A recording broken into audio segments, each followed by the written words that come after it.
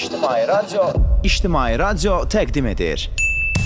Nərmin Aşurzadə və Yusif Qasımovla bu həftə iş dünyasında baş verən əsas hadisələrin icmalı başlayır. Bəli, biz artıq öz yerimizdəyik. Yusif, xoş gəlmisən. Necəsən? Yaxşamın xeyir. Əlayım, sən necəsən? Çox sağ ol. Mən də yaxşıyam və bu həftə iş dünyasında nələr baş veribsə, bizim efirdə hansı mövzulara toxunmuşuqsa, mütləq bu haqqda danışacağıq. Buna show biznes demək olar, yoxsa business show da demək olar, yoxsa Nəyə konkret olaraq?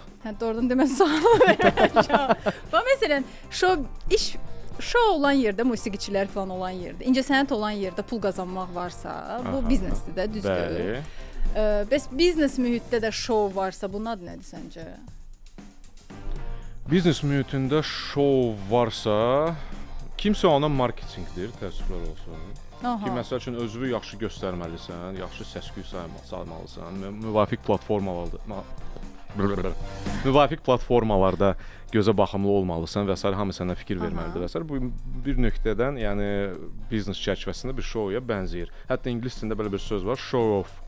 Yəni ki, çoxlu şəkildə, yəni özü haqda, etdikləri haqda paylaşır, səs-küy salır və s. Görsən, termin var imiş də. Yəni, show off eləmək, amma bir çox hallarda bu mənfi səslənir. Yəni, insanın qabında o qədər də çox şey yoxdur, belə bir nöqtədə onu izah edirlər. Qabında o qədər də çox yoxdur, amma show-ofu çoxdur, güclüdür, yəni çox bu haqda danışır, amma dərinliyə gedəndə biraz boşluq var. Nəysə, hər iki tərəflidir. Necə ki, show biznesində öz sualtı rifləri var, biznes showsunda eynən. Sən oldun da orada bir müddət. Hələ də məncə oradasan. Hər tərəfdəyəm mən. Müqayisə edirsən, məsələn, hansı tərəfdə daha yaxşıdır? Yoxdur belə bir anlam mənim qənaətimə görə. Nərmin, yaxşı da bir çox nisbi sözdür. Einstein babamız necə demişdi? Hər şey nisbidir də. Ona görə mənə görə yaxşı hər bir insana və fərdə xas olan bir ifadədir. Səncə bəs yaxşının əsas tərifi nədir? Sənin üçün yaxşı nə deməkdir? Özünü harda yaxşı hiss eləyirsənsə, ağlında belə suallar, narahatlıq yaranmırsa, deməli o yaxşıdır. Yaxşı yerdəsən, yaxşı istiqamət üzrə gedirsən. Aha. Amma sən elə düşünmürsənmi ki, bu da mövsümidir də yanaşma? Yəni hansı bir mövsüm var, bir hissə var, orada hər şey yaxşıdır, amma bir mövsüm sikldır da. Yəni həyat özü siklikdir, bilirsən. Yəni bir nöqtədən sonra daha pisi gəlir, daha mənfisi gələ bilər. Sonra yenə yaxşısı gəlir. O deməkdirmi ki, o yaxşı deyildi, amma sonra təzədən yaxşısı gəlir. Dünən bununla bağlı efirdə dedim, LinkedIn-də bir paylaşım görmüşdüm. Düzdür, buna çox aidiyyəti yoxdur, amma nəsə də deyim, ürəyimdə qalmasın. Bir paylaşım görmüşdüm ki, deyir, məsələn, səhv var, o sənə dediyin yaxşı deyil və ya səhv, indi nəsə özümüzü pis hiss eləyir ya. Buna deyir, baxır hardan sən yanaşırsan da, ola bilər ki, bu pis, səhv, bu yaxşı olmadığın hisslər hansısa səni yaxşı bir hisslərə aparır, hansısa başqa bir düzə aparır da. Ona görə sən dərhal o situasiyada onda qərar verə bilməzsən ki, bu yaxşıdır ya pisdir. Ola bilər ki, bu səhv sənə gələcəkdə nəyisə doğruya aparacaq. Tamamilə razıyam. Bu söhbət bəs bilirsən bizi hara aparacaq? Hara? Teymur Məmmədovla birlikdə müzakirə etdiyimiz Reklam Kreativ Sevir kitabını aparacaq. Orada da məhz biz yaradıcı insanlar haqqında danışmışdıq. Teymur müəllimin növbəti kitabıdır. Çox maraqlı kitabdır, yeri gəlmişkən görmüşdün? Görməmişdim. Oxuyum, sonra səninlə də paylaşacağam. Mütləq, çox qəşəng kitabdır. Kreativdə olan insanlar və təkcə kreativdə olan yox, kim artıq bütün sahələrdə demək olar ki, yaradıcılıq az da olsa var da, müəyyən qədər hər sahədə işə yaradıcılıq qatmaq olur. Ona görə məncə bütün belə insanlara maraqlı ola bilər kitab. Mütləq, ümumiyyətlə yəni mən oxumasam da, amma Teymur müəllimin adı varsa bu mövzuda, bu assosiasiyadır mənim üçün artıq. Ki orada həqiqətən maraqlı bir şey var, səsi də mütləq olsun, dinləyək. Reklam həyatın ayrılmaz bir parçasıdır. İndiki vəziyyətdə baxmayın ki, onun tempi aşağı düşübdür. Onun da yerli səbəbləri də var, beynəlxalq səbəbləri də var. Çünki insanların böyük əksəriyyəti süni intellektin tam təsiri altındadılar. Yəni əslində onlar süni intellektin köməkçisinə çevrilirlər. Amma süni intellekt ideal köməkçimizdir. O yamsılanmağı sevmir. O sənə fikri verir, çünki o onu da tam dərinliyinə qədər hələ bilmir.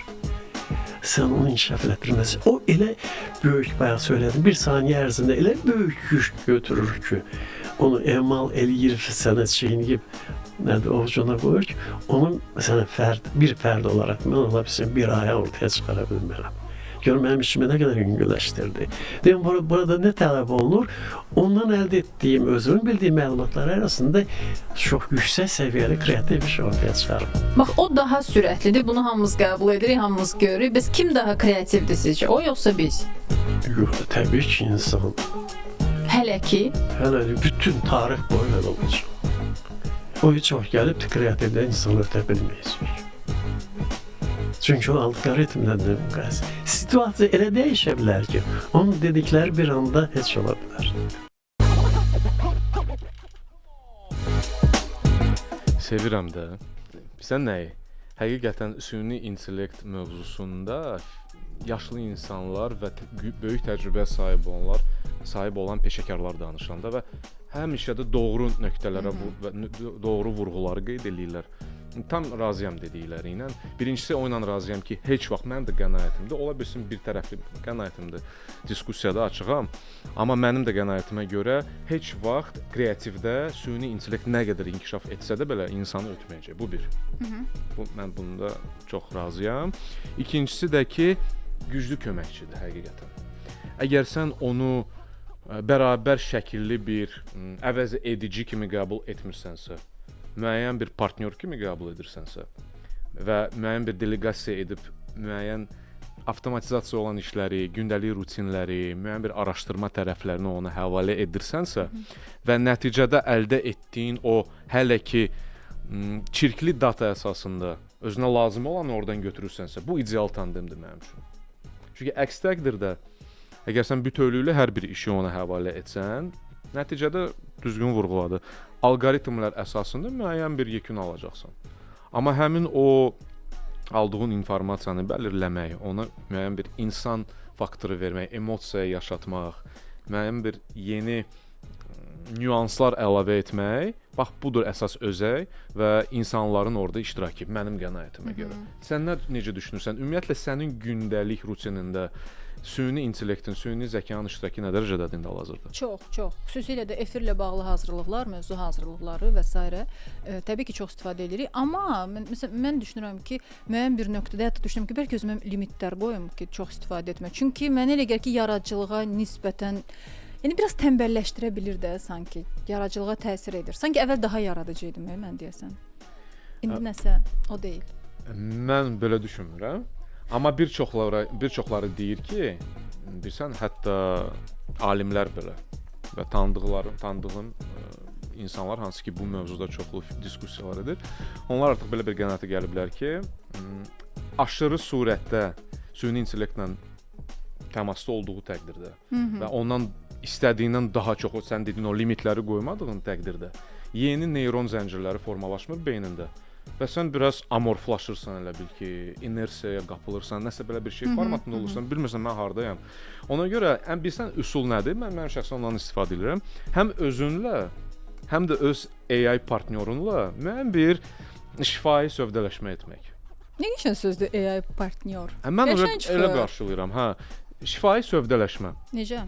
Yəni ki, biz müəyyən bir limitlərdə, müəyyən bir çərçivələrdə səninlə çalışırıq.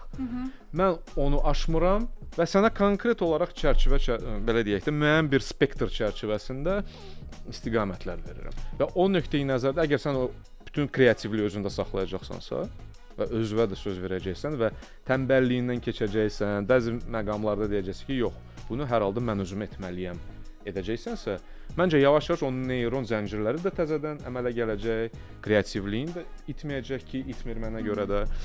Və bu mövzuda da necəsə sən o balansı tapmış olacaqsan, bu mənim qənaətimdir.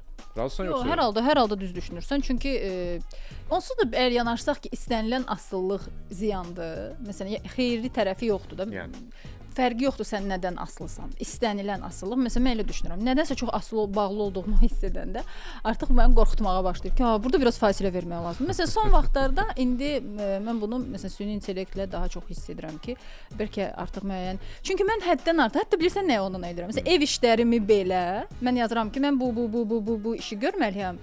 Enerjimi düz bölüşdürmək üçün mən bir dənə planladım, hansı işdən başlayım, nəyin dalıyca gedim, sonra nə edeyim. O mənim üçün onu planlayır. Yəni hətta ona qədər mən onun məsləhətləşdim. Sonra mən qorxudur ki, Nərmin, bunu da elədi də. Yəni o sənə təklif etdi. Əslində özün qərar verməli idin. Amma yanaşma əgər sən buna o mənim əvəzimə qərar vermədi. O mənə sadəcə bir Kömək. ipucu verdi yanaşmasına getsən daha rahat olacaqsan mənə görə. Onda düz yoldayam. Onu sən məndən daha yaxşı bilirsən. Görək Teymur müəllim daha nə deyir? Aha. Yaradıcılıqla məşğul olan insanların həyatında belə bir böhran dövrü gəlir ki, sən özünü kifayət qədər yaxşı hiss eləmirsən. Sanki əvvəl daha yaxşı performans göstərdin, daha yaxşı fikirlər sənə gəlirdi. İndi nəsə oturub yaza bilmirsən, fikirləşə bilmirsən. Siz bilmirəm belə bir mərhələdən keçmisinizmi və olanda nə edirsiniz? Belə bir şey söyleyeyim. Ümumiyyətlə hər şey dalğa varıdır. Yaxud da hər şey spiral varıdır. Ona görə enişdə var, yoxuşda var. Dənizlər, okeanlar da qabarma çəkilmələr olur. Bu normal bir prosesdir. Ona görə də insan bütün ömrü boyu yalnız bir işlə məşğul olmalı deyil. Yəni məşğul olduğu sahə həmişə başqa səmlərdə projektorla işıq salıb onu görməlidir. Çünki bir nöqtədən baxılan, indi əgər ona bir rahat olsaydı və gərəkli olsaydı, televiziya kanallarının 15-20 kamera almasına nə ehtiyac vardı? Yəni bir kamera ilə göstərərlər hərəkətsiz, hamı olardı xoşbəxt. Amma görünürsünüz çəkilişlər neçə kino filmləri ümumiyyətlə saysız hesabsız kameralarla işləyirlər. Niyə görə? Çünki mövqelər, baxış bucaqları, onlar dəyişilməlidir ki, həmin əşyanı, predmeti müxtəlif yerlərdən görəsən. Sən yanaşmanı gördün. Mən çox böyük zövq alıram da Teymur müəllimlə ünsiyyətdə olanda. Doğrudan da o qədər fərqli, o qədər müasir, o qədər qəşəng yanaşır ki məsələlərə. O yaxşı söz dedi. Baxış bucağı Azərbaycan dilində yaxşı səslənir, amma mən onun başqa bir variantını deməsəm rakurs. Bu rakurs məsələsi var ha. Həqiqətən hər bir şeydə biz onu sezə bilirik də. Bu yalnız onun dediyi bu verilişlərdə və ya filmlərdə olan kameranın baxışı deyil. Bu sənin baxışındır. Sən məsəl üçün oradan əyləşib mənim fincanımı bir rakursdan görürsən. Mən isə buradan baxaraq başqa bir rakursdan görürəm və hər iki rakurs da məntiqlidir. Haqlıdır hər kəs. Haqlıdır, başa düşürsən? Ona görə tam razıyam. Bayaq mənim də toxunduğum həmin o sikl məsələsində də spiralvari dedi Teymur müəllim. Tam mən razıyam. Enişli yoxuşludur, maraqlıdır, monoton deyil, bir mənalı deyil. Həmişə də yəni bunun olması belə kreativ insanlarda ki, mən özümü məsələn kreativ insanlar çərçivəsinə aid edirəm də sırasına. Bu bizim üçün ən vacib bir faktorlardan biridir. Çünki bu düz xətt ki var ha.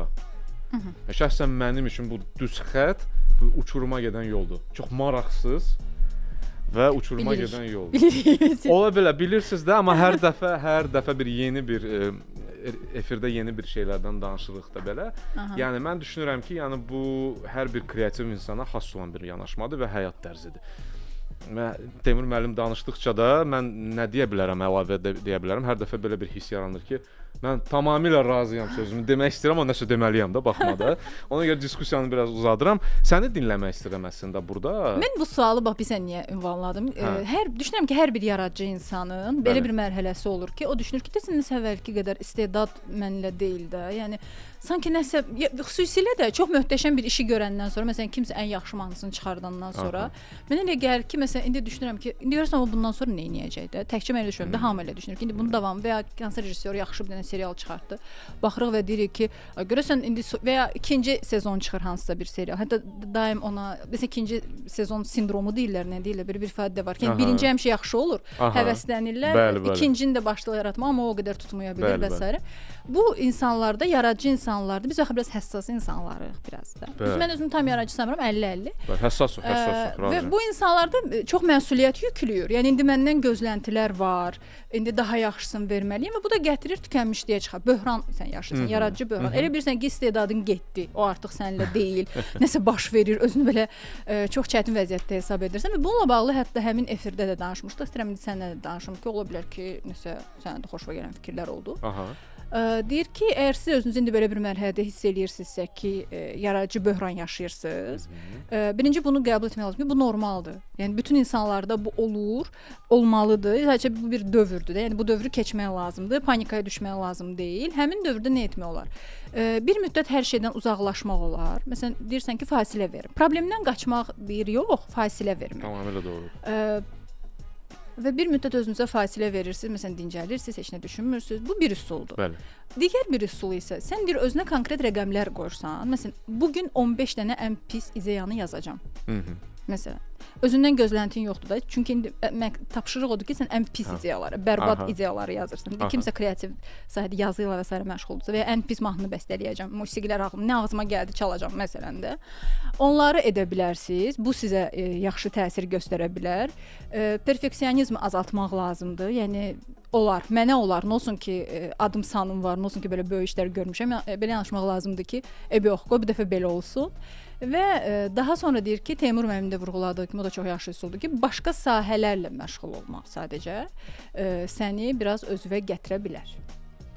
Yəni sınayırsan, orada yenə fasilədir. Uzaqlaşırsan, başqa işlərlə məşğul olursan, sonra yenidən başa düşürsən ki, qayıtmaq istəyirsən ya qayıtmaq istəmirsən. Elədir ki, var. Sənin sadaladığınların, məsəl üçün 1-ci və 3-cü punktun tamamilə razım. Bu məndə elədir. Hansı Fasilə və başqa istiqamətlərdən maraqlanmaq və özünü orada sınamaq. Bu tam mənim elə yanaşmam budur. Və mən düşünürəm ki, bax, belə bir nüans var da. Kreativ istedadlı insanlar öz istedadını sual altına qoymur heç vaxt. Mənim düşüncəm odur. Onlar mənə görə onlar düşünmürlər ki, mənim istedadım tükənib, çünki fərqindədirlər. Amma tükənmə və pauza ehtiyacı bəli. Digərlərindən daha qabarıqdır, daha hissiyatlıdır. Və mən pauzaları çox sevirəm. Nə deməkdir o? Nitqdə də sevirəm pauza etməyi. Nə demək? Həsən Fasirsən nə deməkdir? Müəyyən bir sürət yığandan sonra nə deməkdir o? O mənə görə enerjini toplamaq hissəsidir. Sən daimi produktiv ola bilmərsən. Şarja qoymuruq biz telefonlarımızı. Maşınlar hal-hazırda artıq elektromobillərimiz var. Mütəmadi olaraq onları gedirik, məsəl üçün yükləyirik, benzin tökürük və s. Buna bənzədirəm mən onu. Sən daimi yolda ola bilmərsən. Bəli, samuray üçün yolculuqdur ömrün axırına kimi. Mən də ona razıyam. Bu yoldur. Amma yolda o prival deyilən söz var da. Ara bir nə bilim, oturasan, kamp yaradasan, açasan orada çəmənlikdə kebab eləyəsən özünə. Bu da bir pauzadır. Nə bilim, heç nə eləməmək, uzanıb sadəcə bilmirəm, bir günü oturasın, bütün günü seriala baxasan. Bu da bir pauzadır. Nə bilim, biz nəyəsə görə pauzadan çəkinirik. Düşünürük ki, biz bir yürüşdəyik. Pauza etsəm mən geridə qalacağam. Və mənə necə baxacaqlar? Deyəcəklər ki, sənin nə yaşın var, sən pauza eləyəsən, sən qaçmalısan, Amma pauza yaşa baxmır. Təəssüflər olsun ki, elə bir кейslər olur ki, elə cavan yaşında da artıq pauza etməyə imkan yaratmır ona həyat. Həyat deyir ki, bitdi, sən pauza etmirsən, mən saxlatdırıram bu yolu. Bu yolculuq bitdi. Ona görə hər tərəfli və fəlsəfi yanaşma olar bu pauza mövzusuna. Ona görə 1-ci və 3-cü punktlarına o rəqəm dedin ikinci nümunədə rəqəmlər qeyd etməlisən ki, 15 dənə ən pis ideyanı mən məsəl üçün belə eləmirəm. Bəlkə kimsə edir. Bu bilirsən kim üçün yaxşıdır? Çünki həmin dövrdə səndə perfeksionizm belə yüksəldiyinə görə, gözlənti çox olduğuna görə. Məsələn, sən deyirsən ki, ya ən yaxşısını eləyəcəm, ya heç nə eləməyəcəm. Məsələn, o an deyir ki, heç olmasa pisi elə də, pisi yaz. 10 dənə pisi, 15 dənə pisi yaz. Onların arasında bəlkə hansısa yaxşı çıxacaq, xoşuma gəlir. Nəsə et də, yəni özünü tam bloklama ki, yox, bu yaxşı deyil, ona görə belə yanaşacağam. Mən indi anladım nəyə görə. Kim üçün hansı Kim üçün hansı üsul doğrudursa, bu fərqli üsullardır, fərqli insanlara görə. Hər kəs özünə uyğun nəsə tapa bilər. Mən nəyə görə vaz keçdim bu yanaşmadan anladım indi. Çünki mən perfeksionist adam deyiləm, ona görə mənə yatdı. Çox yaxşı xüsusiyyətdir Yusif. Çox yaxşı xüsusiyyətdir. Şanslıyam demək ki. Bəli. Biz bu həftənin 4-cü günü isə ölkəmizdə 16 may tarixində Milli İnsan Resursları Forumu keçiriləcək.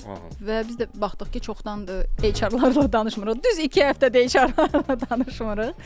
Və ona görə Rəna Şərifova və Cəbir Süleymanlı studiyamızdadır. Onlarla birlikdə hansı yeniliklər var, yəni bu forumda nələr müzakirə olunacaqsa o məsələlərə toxunduq və mən həmin efirdə özüm üçün o qədər yeni şeylər öyrəndim. İndi hamısını sənə danışacağam. Aha, hazıram.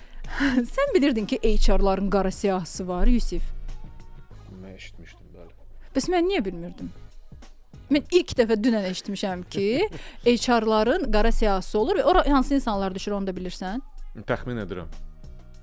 Cavablandırım. Məsələn, elə ən banal görüşə gəlib, namizəd görüş təyin eləyib, işə götürənlə birlikdə. Görüşə 5 dəqiqə qalmış ya zəng edir şirkət, ya da ki vaxtında baxırsadı ki, adam yoxdur. Zəng edir, hardasınız? Üzrlə hesab eləyin, vaz keçdim. İstəmirəm. Avtomatik olaraq qara siyah. Sonra düzdür, mən bunu düzgün hesab etmirəm. Amma bu da çox güman ki var orada.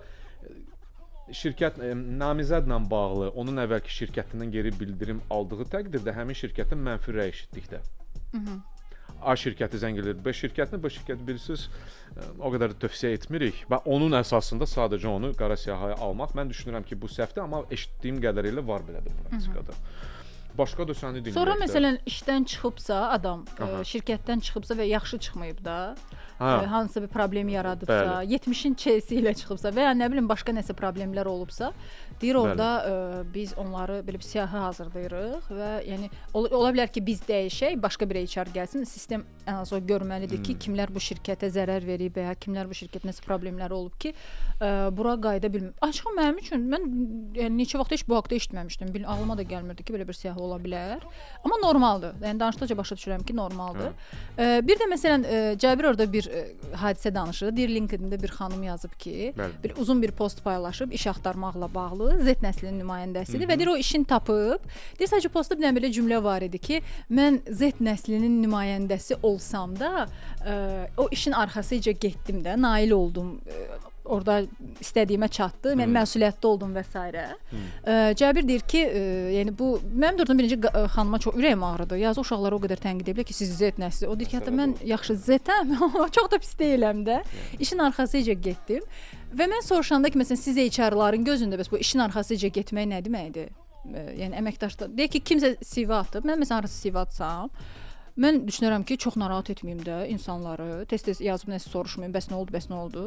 Yaxşı, müsahibəyə gedərəm. Müsahibədən sonra özləri geri dönüş etmişsə, bir dəfə onu soruşa bilərəm. Nə oldu? Və yəni hər hansı bir cavab varmı deyə. Amma maksimum o. Yəni bir dəfə onu soruşa bilərəm. Daha sonra etmərəm. Amma HR-lar özləri də vurğuladı ki, yox, biz əslində istəyirik ki, yəni o onun məsuliyyətini göstərir, işi nə qədər ciddi aldığını göstərir. Mən yenə də düşünürəm ki, bütün HR-lar üçün keçərli deyil. Ola bilər ki, kiməsə elə gələ bilər ki, bu da bezdirdi, amma kiməsə də gələ bilər ki, yaxşı ki belə elədi.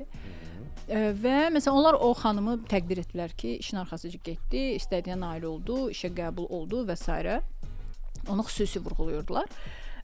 Daha sonra isə biz işçi məmnuniyyəti haqqında danışmışdıq. Ümumiyyətlə işçi məmnuniyyəti ifadəsi çox dəbdə olan sözlərdən biridir də indi. Yəni şirkətlərdə belə bir strategiyalar və s. Amma bu real iş prosesinə nə qədər təsir edir? Yəni nəticəyə nə qədər? Mən ümumiyyətlə düşünürəm ki, rəhbərlər iki yerə bölünür. Bu mənim şəxsi müşahidəmdir.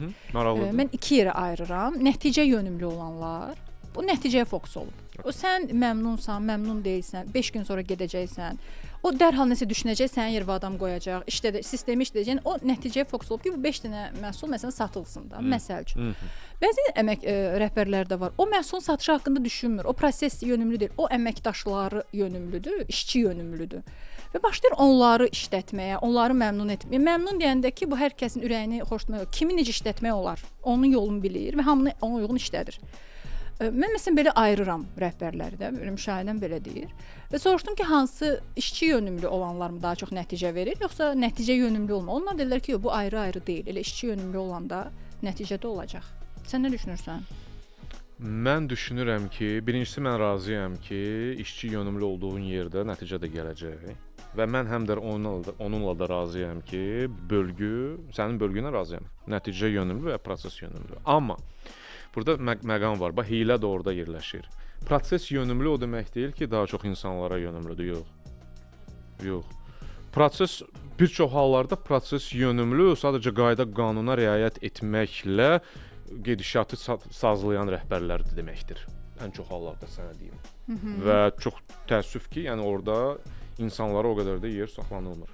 Çünki proseslər insanlardan daha vacib olduğu yerdə və halbuki bu agile yanaşmasına tam ziddir də. Yekunda problemlər oradan da çıxır. Nəticə bağlıdır insanlara.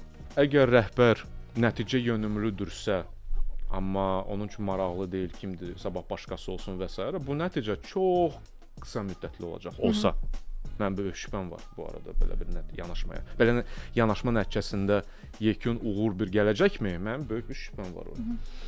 Ona görə burada nədir əsas? Birincisi rəhbər bilməlidir niyə ümumiyyətlə işi qurub, niyədən başlamalıdır.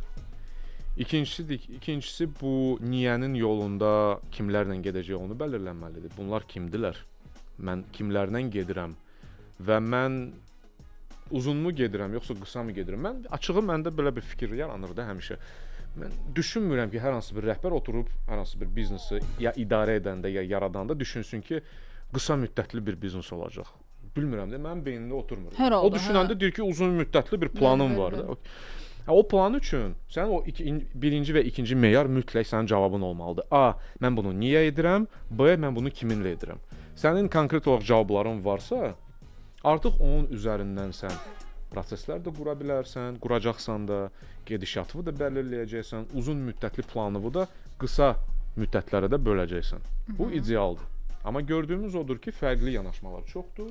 İnsan yönümlülük deyilsə də sənin o əməkdaş məmnuniyyəti məsələn dəbdə olsa da, bir çox hallarda bir o qədər də biruzə vermir özünü. Düzdür, şirkətlər bəli labellar alırlar ki, bəs səhv etmirəmsə Great Place to Work labeli var. İşləmək üçün ideal məkan.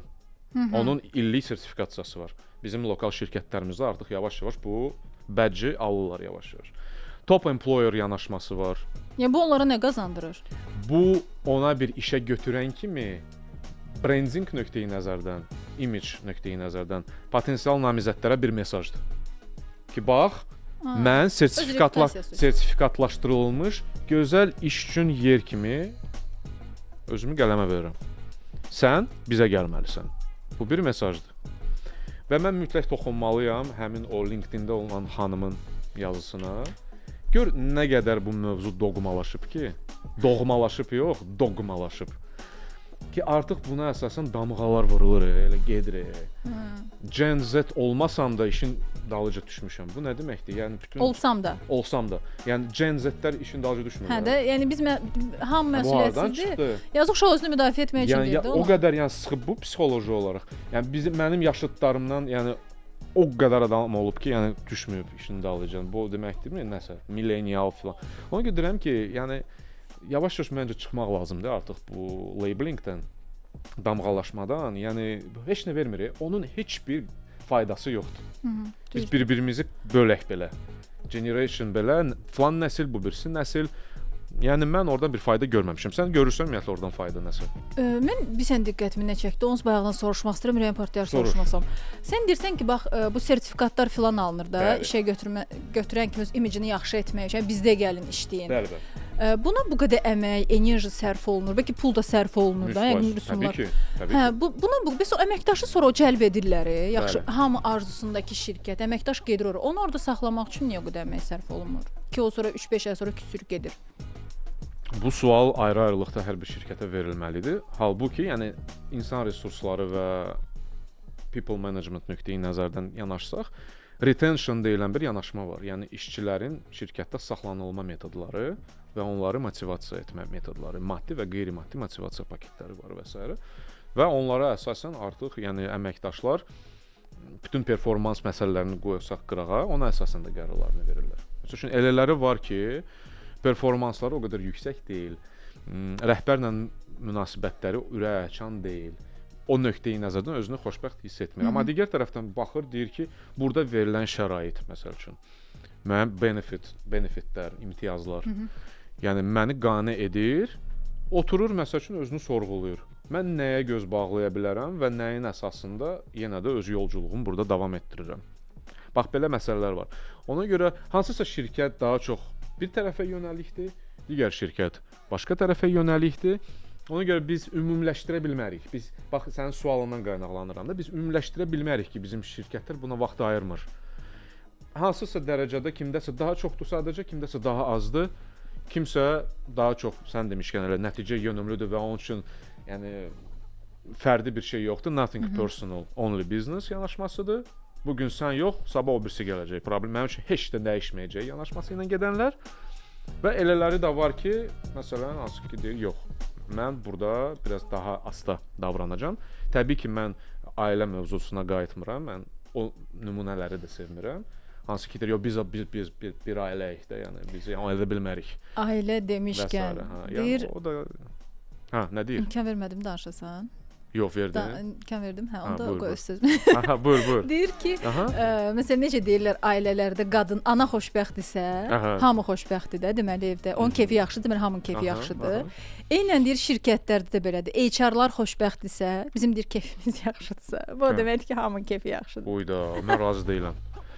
İşçilər Hansıda ana xoşbəxtdirsə, yoxsa HR hissəsi? HR hissəsi ilə, çünki belə pis çıxmasın deyə bir çox şirkətlərdə çalışmışam, görmüşəm də. Çox həddindən artıq xoşbəxt HR-ları görəndə işçilərdə qıcıq yaranırdı ki, biz niyə belə deyilik? Hardadır bu? Vardan qaynaqlanır. Ona görə mən o qədər də razı deyiləm bununla. Yenə də şirkətdən şirkətə fərqi var və həmin şirkətdə HR-ın mövqeyindən də çox asılıdır. Elə şirkətlər var ki, orada people and culture-a aid olan istiqamət yalnız kadr inzibatçılığı ilə məşğuldur və sırf support funksiyasıdır. İşə götürürük, işdən çıxardırıq, maaşları otuzdururuq məntiqi ilə işləyənlər. Amma elləri də var ki, məsəl üçün business enabler yanaşması ilə də çalışır. Yəni biz biznesə töhfə veririk. Biz məsələyə həm də biznes nöqteyi nəzərdən də baxırıq və əməkdaşlarla qərar verənlərin arasında bir körpü formatında işləyirik. O da ki, yəni deyirəm, hər bir şirkətin özünə görə müəyyən bir özəkləri var. Ayrı-ayrılıqda çox gözəl getmək olar bu mövzuya ki, bir-bir götürüb təhlil etmək, amma bu bir dissertasiya işidir əslində. Bəlkə Hər dəfə maraqlı ideya olar. bəlkə kimsə nə vaxtsa bunu edər, biz də yararlanarıq səninlə. Efirdə də bunu müzakirə edərik. Özündə qonaq çağırarıq. Hə, mütləq 100%. Burada üçümüz söhbət eləyərik. Debat da eləyərik. Edərik, o da olar. Və bir də dedi ki, məsələn, HR-ların mövqeyindən danışan dedi ki, bizə həmişə nə deyirlər? HR-lar bizim dostumuzdur, düzdür? Şirkətdən yaxın insan Mesaj oldu. Bəli. HR-dır. Amma orada dedi ki, biz və CEO-lar heç kimin dostu ola bilmərik. Biz heç kimin dostu deyilik. Biz hamının dostuyuq və bu da nə deməkdir? Biz heç kimin dostu deyilik. Hə. Yəni baxır indi biz dostluq sözünə hansı nöqteyi nəzərdən baxırıq? Çünki deyir marketinq də gəlir şikayətə, maliyyə də gəlir Yox, yox, şikayətə. aydın İndi biz məsələdir. kimin tərəfini tutaq? Aydın məsələdir. Yəni öyrəşdiyimiz o dostluq nöqtəsi ilə biz getsək, təbii ki, səhv çıxır. O deyil. Yəni bizim məişətdə olan, yəni adi həyatımızda olan o dostluq anlamında gəlmir onların dostluğu. Amma o deməkdir ki, yəni biz həmişə sizin üçün yardım əlini atmağa hazırıq və gəlin bizlə bölüşün, danışın bizlə. Əsas mesajlar əslində odur. Çünki onlarla danışmırlar bir çox hallarda. Elə şirkətlər olur ki, yəni ehtiyat eləyir əməkdaşlar HR-la müəyyən bir kommunikasiya. Mən onu düşünürəm ki, indi HR-lar mənə hirslənə bilərlər, amma menecerim varsa niyə HR-la danışım? Menecerimdən də narazıyamsa çıxıb gedərəm.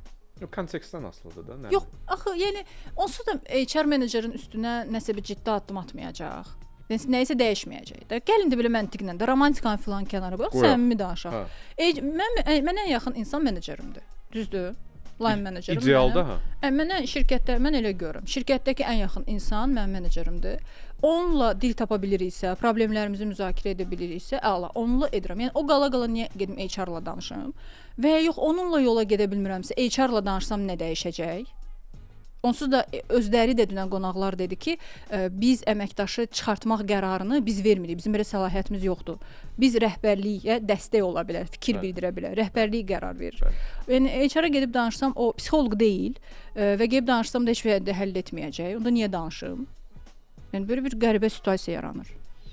Yox, qəribə situasiyalar istənilən halda yaranır. Çünki bütün кейslər bir-birindən fərqlidir və orada kontekst çox fərqlidir. Elə bir kontekst ola bilər ki, məsələn, elə şirkətdə hansında ki HR həqiqətən yalnız nə bilim, rəhbərin qərarını rəsmiləşdirən qurum deyilsə və müəyyən bir rol oynayırsa bu prosesdə və onun geri bildirimi ümumi prosesdə vacibdirsə, təbii ki, onun da orada iştirakı və üçüncü tərəf kimi sezməsi, müəyyən bir məsələdə dəstək olması labüddür. Yəni mən bunu qarşılayıram. Nəyisə həll edə bilər? Həll etmə mövzusu deyil. Bu zaten kollegial qərar olacaq. Yekunda kollegiallıq əmsalı var. Bəli, orada son söz sənin line menecerindədir. Amma əgər HR burada müəyyən bir qatqını verə bilirsə və müəyyən bir mövzuda məsəl üçün də bir nümunə verim də sənə. Line menecerindən sənin münasibətin o qədər də alınmır. Amma şirkəti sevirsən və şirkətdə qalmaq istəyirsən. Burada HR müəyyən bir alternativ variantlar tapmaqda sənə köməklik edə bilər. Başqa departamentdə falan. Yəni bu o demək deyil ki, yəni Nərmin Yusifin line meneceridir. Yusifin Nərminlə işə alınmadı. Bu o deməkdir ki, Yusif şirkəti bütövlüklə tərk etməlidir. Mənə görə yox. İnandım. Və İnandıra orada HR gəlib deyə bilər ki, qardaş, xanım, yəni məsələ ondan ibarətdir ki, yaxşı, burada alınmadı. Amma sən dəyərli əməkdaşsan. Şirkətin mədəniyyətinə və bütün gedişatına, dəyərlərinə uyğun bir insansan. Bəlkə səni başqa bir istiqamətdə sınayaq. Niyə də yox? Və artıq orada digər istiqamətin olan menecerlə ümumi görüşlər və s. və axır. Yəni o proseslərdə mən düşünürəm ki, yəni çox gözəl bir qatqı verə bilər. Və mən sonda istəyirəm ki, efirimizin əvvəlində yaradıcılıqla başlamışdıq. Sonda da mütləq yaradıcılıq haqqında danışaq. Çünki biz bu 5-ci gün, yəni bu gün günorta saat 1-də Sərxan Rüstəmovla birlikdə Ken Robinsonun Yaradıcı Məktəblər kitabı haqqında danışırdıq. Bu kitabda ümumiyyətlə əsas fikir ondan ibarət imiş ki, mövcud təhsil sistemi dünyada baş verən bu məktəblər var. Müəllif düşünür ki, məktəblər uşaqların yaradıcılığını öldürür. Çünki burada müəyyən bir standartlaşma var. Razıyam.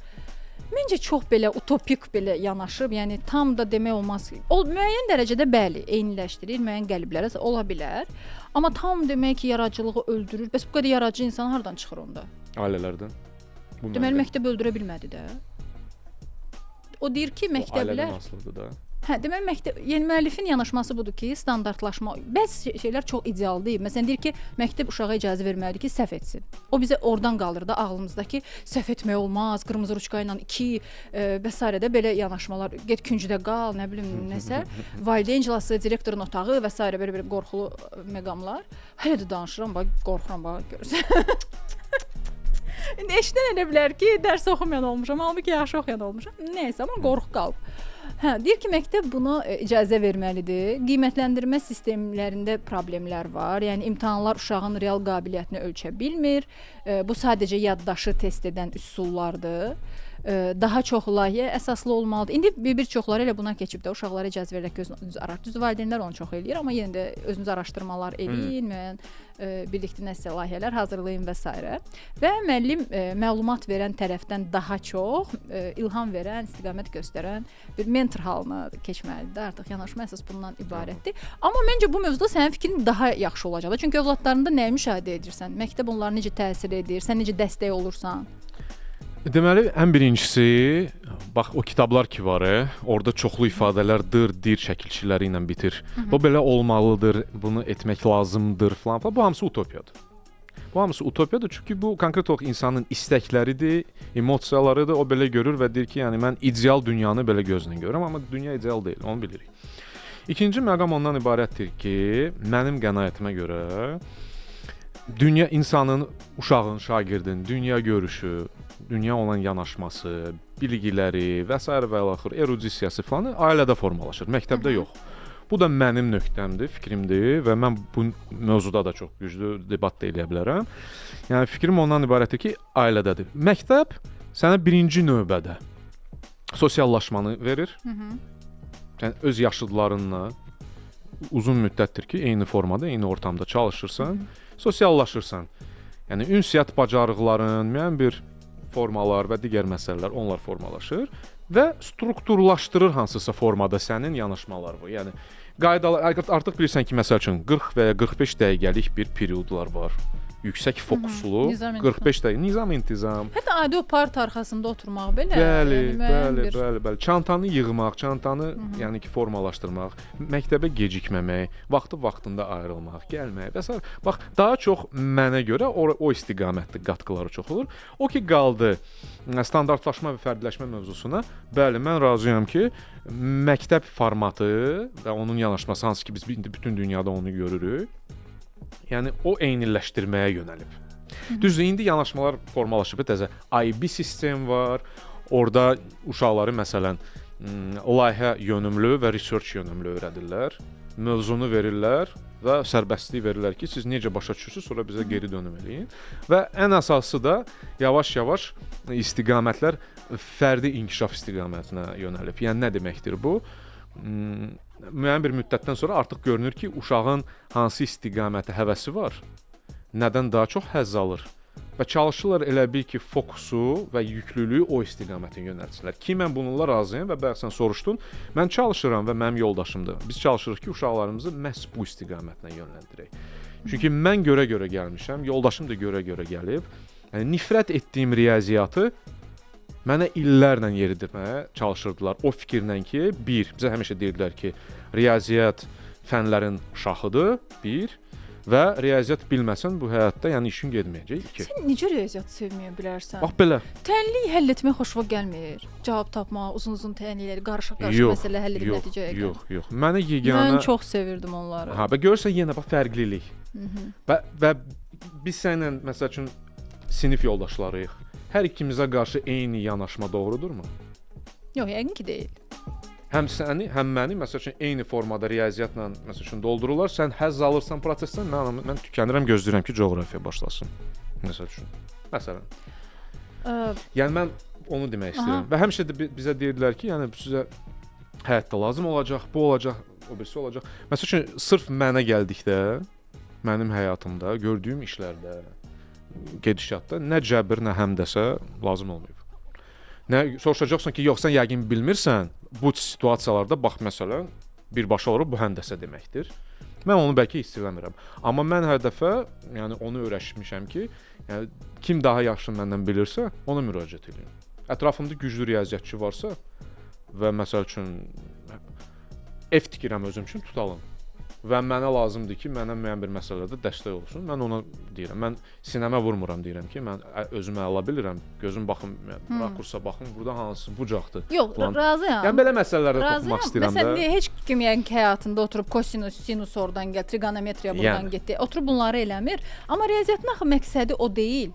Mən riyaziyyatı başlamıram. Mən riyaziyyatı bizim beynimizi daim məşq etdirən, yəni sən məşq edir də beynin, düşüncə tərzini formalaşdırır, bəlkə də bilmirəm, beyni işlədir.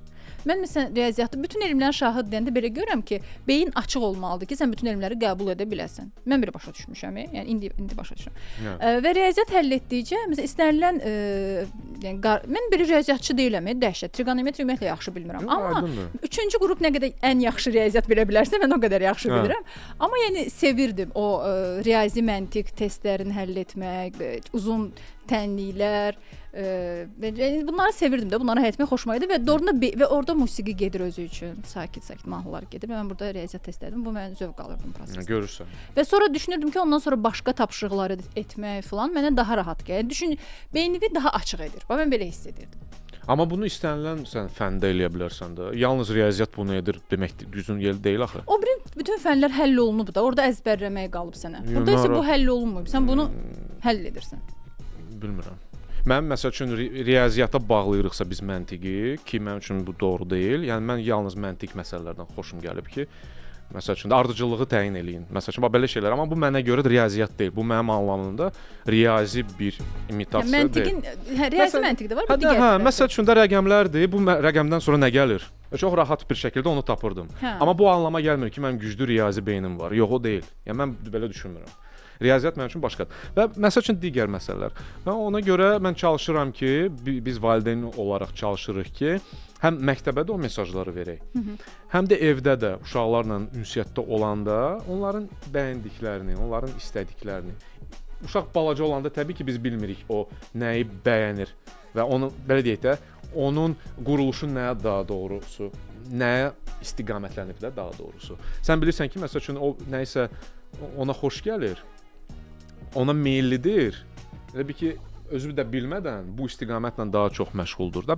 Onu sezməyə çalışırıq, tutmağa çalışırıq. Müəllif də onu deyir. Bir müddətdən sonra bu ya bu hər hansısa bir bacarığa, sevgiyə, bağlılığa çevrilə bilər ya da bilməyə də bilər. Hətta bilirsən nə deyir? Deyir ki, biz bəzən potensiala görə deyirik. Məsələn, bu uşağın yaxşı riyaziyyat üçün yaxşı beyni var. Amma potensial var, amma o yenə də onu etmək istəmirsə, marağı yoxdursa, yəni onu məcbur etmək lazım deyil ki, yox, sən bununla məşğul ol. Sənin burada yaxşı potensialın var. Heç istəmir də potensial var, amma istəmir yaradıcılıqla məşğul olması. Ona görə davranışlara və real marağı nələrə varsa, qeyd edir ki, uşağı o istiqamətə yönləndirmək lazımdır. Çox çətin prosesdir ümumiyyətlə. Bir insanı böyütmək, təhsili ilə məşğul olmaq, onu kömək etmək ona ki, özünü anlasın, öz yolunu tapsın. Yəni doğrudan çox çətin bir prosesdir və yəqin ki, təhsil sistemi ilə yanaşı sənin dediyin kimi hər bir valideyn özü bununla da çox məşğul olmalıdır.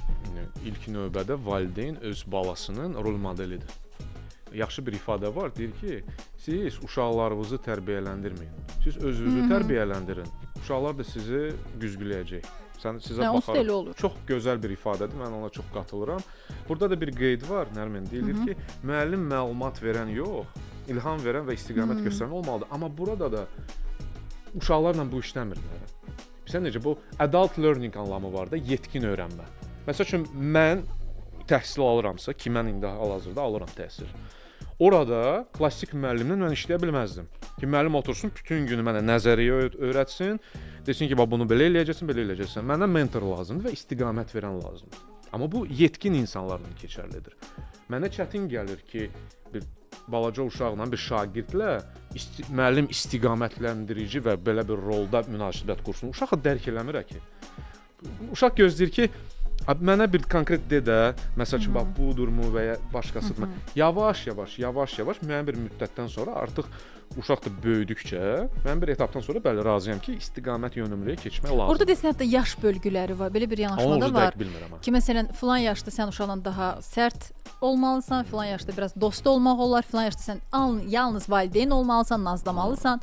Yəni orada nəsə belə xüsusi bölgülər vardı. Belə bir şey xatırlayıram, hardasa oxumuşdum, onu dəqiq yadımdadır. Maraqlıdır ki, hansı yaşda sərt olmaq lazımdır? Hansı bir övlad, uşaq sərtliyi necəsə də qəbul edilmir. Yəni sərt deyəndə bilirsən necə, yəni orada məsuliyyəti ona aşılamaq üçün sənin məsuliyyətlərin var. Dərs oxumalısan, bunu eləməlisən, onu eləməlisən və onunla biraz sadəcə mən sənə ilham verirəm, mən səni nə bilim həvəsləndirirəm, o belə yanaşma orada keçmir də. Yəni uşaqla biraz tələb etmək lazımdır. Falan işi gördün, hə baxaq və s. belə. Belə yanaşma deyirlər ki, daha yaxşı olar. Bilər. Yəni fikirlər müxtəlifdir. Təbii. Və hər halda ideal bir yanaşma, yəni burada da yoxdur. Amma biz bu gün müzakirə edirdik ki, Ken Robinson bu haqqda nə düşünür və o yaradıcı məktəblər kitabında nələri qeyd eləmişdi, o haqqda danışdıq və bu gün elə danışmaq istədiklərimiz mənim bu qədər idi, amma üstə nəsə qaldı. Bəli, yox, mən sadəcə onu demək istirdim ki, biz bu qədər bu mövzuda danışdıq, amma kiminsə bununla bağlı fikri varsa, öz nəzər nöqtəsi varsa, rahat bir şəkildə bizimlə, bizim sosial şəbəkələrimizdə paylaşa bilər, şərhlər yaza bilər. Çox böyük məmnuniyyətlə sizinlə də bunu diskussiya edə bilərik. Mütləq elə bu videonun altında fikirlərinizi yazın ki, nə ilə bəyəndiniz, nə ilə razılaşdınız, nə ilə razılaşmadınız, mütləq oxuyacağıq və təşəkkür edirəm bu gün də bizi dinlədiyinizə görə. Sağ olun.